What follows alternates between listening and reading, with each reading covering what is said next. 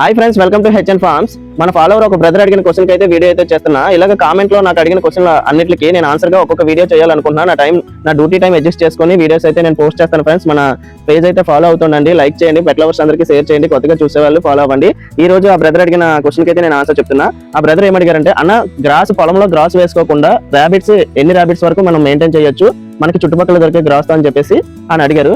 Brother, మీరు part time గా ఒక యూనిట్ ఒక 2 యూనిట్స్ వరకు, అంటే మీకు రైతు బజార్ దగ్గరలో ఉండి, పొలాలు దగ్గరలో ఉండి, విలేజ్ లో ఉండి, మనకి విలేజ్ లో మనకు సేలల్లో గట్ల మీద గ్రాస్ దొరుకుతుంది. ఆ విధంగా మీరు ఇంకొక సపోర్ట్ గా రైతు బజార్ ఏమైనా దగ్గరలో ఉంది అనుకుంటే మీరు ఒక యూనిట్ నుండి 2 యూనిట్ వరకు మేనేజ్ చేయొచ్చు. అందులో మీరు డ్రై ఫీడ్ కూడా మీరు రెడీ చేసుకోవాలి. ఎందుకంటే అన్ని టైంలో గ్రాస్ అనేది మీకు రెడీగా ఉండదు.